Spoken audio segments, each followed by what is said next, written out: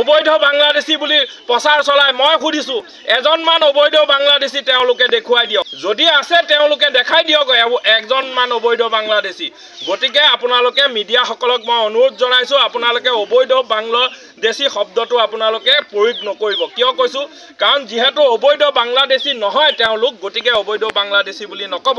কিয় কৈছোঁ আজিলৈকে গভৰ্ণমেণ্টে আজি বুঢ়া চাপৰিৰ পৰা আদি কৰি গৰু খুঁটিৰ পৰা আদি কৰি সবতে বলে বাংলাদেশী আছে অবৈধ বাংলাদেশী অবৈধ নাগৰিক এজনমান অবৈধ নাগৰিক উলিয়াব পাৰিলে নেকি বিজেপি চৰকাৰে কওকচোন ৰাইজ কওক হা এজনমান উলিয়াব পাৰিছে নাই ওলোৱা এইবিলাক হৈ গ'ল এটা ভোটৰ ৰাজনীতি হিন্দু আৰু মুছলমানক ভাগ ভাগ কৰি ভোট লোৱাৰ এটা ৰাজনীতি আজি মুছলমানসকলক যদি প্ৰেছাৰ দিব পাৰে মুছলমানসকলৰ ওপৰত যদি অত্যাচাৰ চলাব পাৰে কিছুমান উগ্ৰ হিন্দুবাদী মানুহ আছে তেওঁলোকে ভাল পাব তেতিয়া ভোট দিব ঠিক তেনেকে আজি মৌলানা বদৰুদ্দিন আজমল সাহেবে বিজেপিৰ কোচত উঠিছে উঠি পেলাই আজি সেই হেমন্ত বিশ্ব শৰ্মাক আজি কয় ডাইনামিক মুখ্যমন্ত্ৰী ডাইনামিকৰ শব্দৰ অৰ্থ কি জানে তেওঁৰ নিচিনা শ্ৰেষ্ঠ মুখ্যমন্ত্ৰী নাই তাৰমানে আজমল সাহেবৰ মতে আজি এইবিলাক তেওঁ দেখা নাই ইয়াত আজমল সাহেব খবৰ ল'বলৈ আহিব পৰা নাই আজি এই চুটিৰ পাৰ অঞ্চলত আজি আমাৰ এই বুঢ়া চাপৰি অঞ্চলত মানুহ উচ্ছেদ কৰি দিছে আপোনালোকৰ নিচিনা মা ভনী ইয়াত বাহিৰত যেতিয়া পেচাব পায়খানা কৰিবলৈ যায় খুব দুখ লগা অৱস্থা গম পাইছে আজি যি মানুহ আজি বুৰখাৰ তলত থাকে যি মানুহ আজি হিজাবৰ তলত থাকে সেই মানুহক আজি বাহিৰত আজি পেচাব কৰিবলৈ পায়খানা কৰিবলৈ বাহিৰত গা ধুবলৈ বাধ্য কৰাইছে এইটো অন্যায় হয়নে নহয় কওক মা ভনীসকল অন্যায় হয়নে নহয় কওক গতিকে এই অন্যায় যদি বিচাৰ লাগে তেতিয়াহ'লে আপোনালোকে মমতা দিদিৰ লগত আপোনালোকে থাকক আমি ইয়াৰ বিচাৰ কৰিম যদি আজি দিদি যদি 2024ত আমাৰ প্ৰধানমন্ত্ৰী হ'ব পাৰে আমি ধৰ্ম নিৰপেক্ষ যিটো ভাৰতবৰ্ষ যিহেতু ধৰ্ম নিৰপেক্ষ দেশ ইয়াতে সকলো জাতি সকলো ধৰ্মৰ সমান অধিকাৰ আছে ইয়াতে যে আজি তিনিটাকে ৰং আছে এই তিনিটা ৰঙত সকলো জাতি ধৰ্ম সোমাই আছে আজি ইয়াতে গেৰুৱা সোমাই আছে গেৰুৱা মানুহে কয় গেৰুৱা হৈ গ'ল হিন্দুৰ ৰং বুলি ঠিক আছে ইয়াতে সেউজীয়া সোমাই আছে সেউজীয়াটো কয় মুছলমানৰ ৰং তেতিয়াহ'লে ইয়াতে সকলো এই জাতীয় পতাকাটো সকলো ৰং সোমাই আছে সকলো ধৰ্ম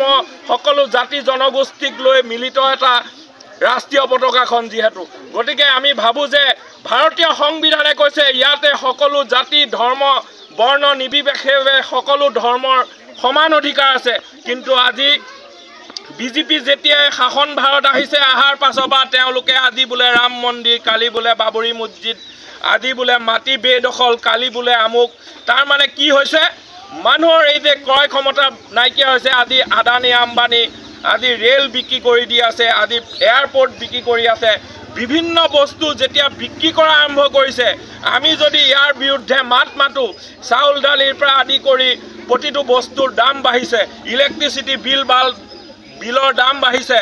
আজি গেছ চিলিণ্ডাৰৰ দাম বাঢ়িছে এইবিলাকৰ বিৰুদ্ধে যাতে আমি মাত মাতিব নোৱাৰোঁ আমাৰ হিন্দু মুছলমান কৰি কাজিয়া লাগি লাষ্টত গৈ আমি মুছলমানসকলে কি কৰিম UDFত ভোট দিম বিজেপি হিন্দুৱে বিজেপিক ভোট দিব তাৰ মানে বাকী পাৰ্টি তেতিয়া জীৱনভৰ বিজেপি জিকি থাকিব কিয় মই বুজাই দিছোঁ চাওক অসমত 35% মুছলমান আৰু 65% হিন্দু গতিকে এটা মানুহ এটা যদি MLA এজন MP জিকিবলৈ হয় হিন্দু আৰু মুছলমানে সমানে ভোট দিব লাগিব হয়নে নহয় কওক যদি অকল মুছলমানে ভোট দিয়ে তেওঁ কেতিয়াও MLA মন্ত্ৰী হ'ব নোৱাৰে MLA MP হ'ব নোৱাৰে অকল হিন্দুৱে ভোট দিলেও নোৱাৰে বিশেষকৈ আমাৰ বটদ্ৰৱা সমষ্টিত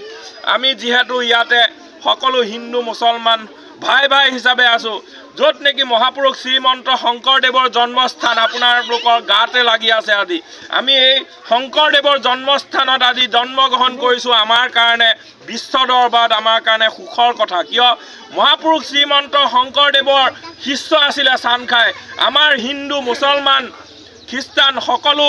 ধৰ্মক মিলাই পেলাই গুৰুজনাই সকলো জাতি জনগোষ্ঠী